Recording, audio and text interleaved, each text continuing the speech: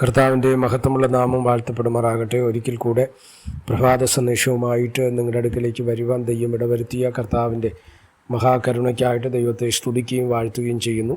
ഈ സന്ദേശം കേൾക്കുന്ന എല്ലാ പ്രിയപ്പെട്ടവർക്കും വീണ്ടും വരുന്നവനായ ക്രിസ്തയേശുവിൻ്റെ ധന്യമുള്ള നാമത്തിൽ എൻ്റെ പ്രഭാത വന്ദനങ്ങളെ ഈ നിമിഷം അർപ്പിക്കുകയാണ്. ഈ പ്രഭാത സന്ദേശത്തിൻ്റെ ചിന്തയ്ക്കായിട്ട് യിരെമ്യാ പ്രവാചകൻ്റെ പുസ്തകം 12-ാം അധ്യായം അതിൻ്റെ 5-ാമത്തെ വാക്യം. കാലാളുകളോട് ഓടിയിട്ട് നീ ക്ഷീണിച്ചു പോയാൽ കുതിരകളോട് എങ്ങനെ മത്സരിച്ചോടും? സമാധാനമുള്ള ദേശത്ത് നീ നിർഭയനായിരിക്കുന്നു, എന്നാൽ യോർദാൻ്റെ വൻകാട്ടിൽ നീ എന്തു ചെയ്യും? അനുഗ്രഹിക്കപ്പെട്ട ഒരു വാക്യമാണ് നമ്മൾ ഇന്ന് പ്രഭാതത്തിൽ വായിക്കുവാൻ തക്കവണ്ണം ഇടവരുന്നത്. നമ്മുടെ എല്ലാവരുടെയും ജീവിതത്തിൽ കഷ്ടതകൾ പലതരത്തിൽ കടന്നു വരാറുണ്ട്. രോഗമായിട്ടോ, സാമ്പത്തിക പ്രതിസന്ധിയായിട്ടോ, വ്യക്തികളുമായി ബന്ധപ്പെട്ട പ്രശ്നങ്ങളായിട്ടോ പലതരത്തിലുള്ള ക്ലേശങ്ങൾ നമ്മുടെ ജീവിതത്തിൽ കടന്നു വരും. എന്നാൽ ഈ ക്ലേശങ്ങളെ എങ്ങനെയാണ് നമ്മൾ അതിജീവിക്കുക എന്ന് പറയുന്നത്? ഒരു ക്രിസ്തീയ വിശ്വാസിയുടെ ജീവിതത്തിൽ കഷ്ടത എന്ന് പറയുന്നത് സന്തത സഹചാരി പോലെയാണ്. ഒരിക്കലും അത് ഒരുപക്ഷെ നമ്മളെ വിട്ടു മാറുകയില്ല. കഷ്ടത ക്രിസ്ത്യാനിയുടെ ജീവിതത്തിലെങ്കിൽ ക്രിസ്തീയ ജീവിതത്തിൽ ഉണ്ടായിരിക്കും. അത് നമ്മുടെ ജീവിതത്തിൻ്റെ അന്ത്യം വരെ കാണും. കാര്യം യേശു കർത്താവ് തന്നെ പറഞ്ഞത് ഇങ്ങനെയാണ്: ലോകത്തിൽ നിങ്ങൾക്ക് കഷ്ടമുണ്ട്, എങ്കിലും നിങ്ങൾ ധൈര്യപ്പെടുവിൻ, ഞാൻ ലോകത്തെ ജയിച്ചിരിക്കുന്നു. അപ്പോൾ ഈ ലോകത്തിൽ നമുക്ക് കഷ്ടമുണ്ട്. പിന്നെയും തിരുവചനം പറയുന്നത് ക്രിസ്തയേശുവിൽ ഭക്തിയോടെ ജീവിക്കുവാൻ താല്പര്യപ്പെടുന്ന ഏവർക്കും ഉപദ്രവം ഉണ്ടാകും. അപ്പം പലതരത്തിലുള്ള കഷ്ടതകളും ക്ലേശങ്ങളും ഒക്കെ നമ്മുടെ ജീവിതത്തിൽ കടന്നു വരിക എന്നുള്ളത് സ്വാഭാവികമാണ്. എന്നാൽ എങ്ങനെ നമുക്കിതിനെ അതിജീവിക്കാൻ കഴിയും? ഇവിടെ പറയുന്നത് കാലാളുകൾ ഓടിയിട്ട് നീ ക്ഷീണിച്ചു പോയാൽ കുതിരകളോട് എങ്ങനെ മത്സരിച്ചോട് എന്ന് പറഞ്ഞാൽ അർത്ഥം എന്താണ്? ചെറിയ പ്രതിസന്ധികൾ, ചെറിയ കഷ്ടതകൾ നമ്മുടെ ജീവിതത്തിൽ കടന്നു വരുമ്പോൾ എങ്ങനെയാണ് വലുതിനെ നമുക്ക് അഭിമുഖീകരിക്കാൻ കഴിയുന്നത്? സ്തോത്രം. ഇതാണ് ഇതിനകത്തുള്ള ചിന്ത എന്ന് പറയുന്നത്. സമാധാനമുള്ള ദേശത്ത് നിർഭയനായിരിക്കുന്നു, യോർദാൻ്റെ വൻകാട്ടിൽ എന്തു ചെയ്യും? അപ്പം നമ്മളെക്കുറിച്ച് ദൈവം ആഗ്രഹിക്കുന്നത് ചെറുതാകട്ടെ വലുതാകട്ടെ, ഏത് പ്രതിസന്ധികൾ നമ്മുടെ ജീവിതത്തിൽ കടന്നു വന്നാലും ആ പ്രതിസന്ധിയുടെ നടുവിൽ ദൈവത്തിൽ ആശ്രയിച്ച് നമ്മളതിനെ അതിജീവിക്കാൻ കഴിഞ്ഞാൽ അതൊരു ദൈവശക്തി ആണ്. Praise Lord.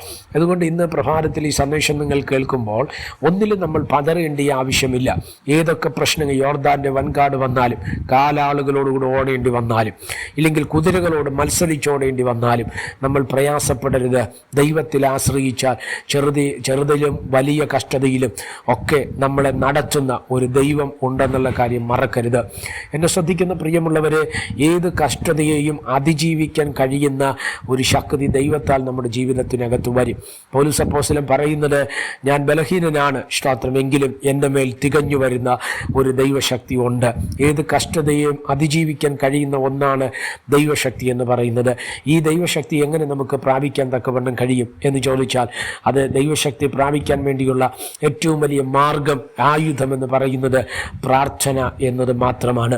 പ്രാർത്ഥനയുടെ ശക്തി നമ്മുടെ ജീവിതത്തിൽ വെളിപ്പെട്ടു വന്നാൽ ദൈവശക്തി നമ്മുടെ മേൽ വ്യാപരിക്കപ്പെടും.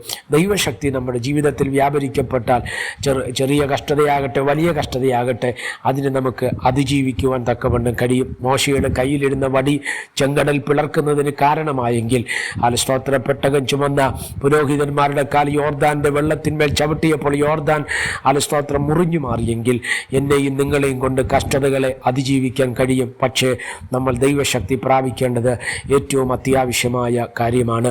ദൈവശക്തി നമ്മൾ പ്രാപിക്കുക തന്നെ വേണം.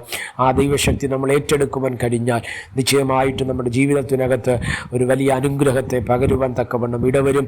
കർത്താവ് അതിനായിട്ട് നമ്മളെ ഒരുക്കട്ടെ. പ്രാർത്ഥിക്കാം. പരിശുദ്ധനായ ദൈവമേ, സ്വർഗീയ നല്ല പിതാവേ, ഈ സന്ദേശത്തിനായിട്ട് ഞങ്ങൾ തിരുനാമത്തിന് സ്തോത്രം ചെയ്യുന്നു. ഈ സന്ദേശം കേൾക്കുന്ന എല്ലാ പ്രിയപ്പെട്ടവരെ തൃക്കരങ്ങൾ തരികയാണ്. അവിടെ നിന്ന് ചിലകടിയും മറയ്ക്കുകയും സഹായിക്കുകയും അനുഗ്രഹിക്കുകയും ചെയ്യേണ്ടതിനായി പ്രാർത്ഥിക്കുന്നു. സമസ്ത മേഖലകളിലും ദൈവത്തിൻ്റെ കരവും കൃപയും കരുണയും വെളിപ്പെട്ടു വരിക. സ്വർഗമിടവരുത്തിയാട്ട്. മഹത്വം അങ്ങേക്ക് യേശു കർത്താവിൻ്റെ നാമത്തിൽ തന്നെ. ആമേൻ. എല്ലാവരെയും ദൈവം സഹായിക്കട്ടെ. God bless you.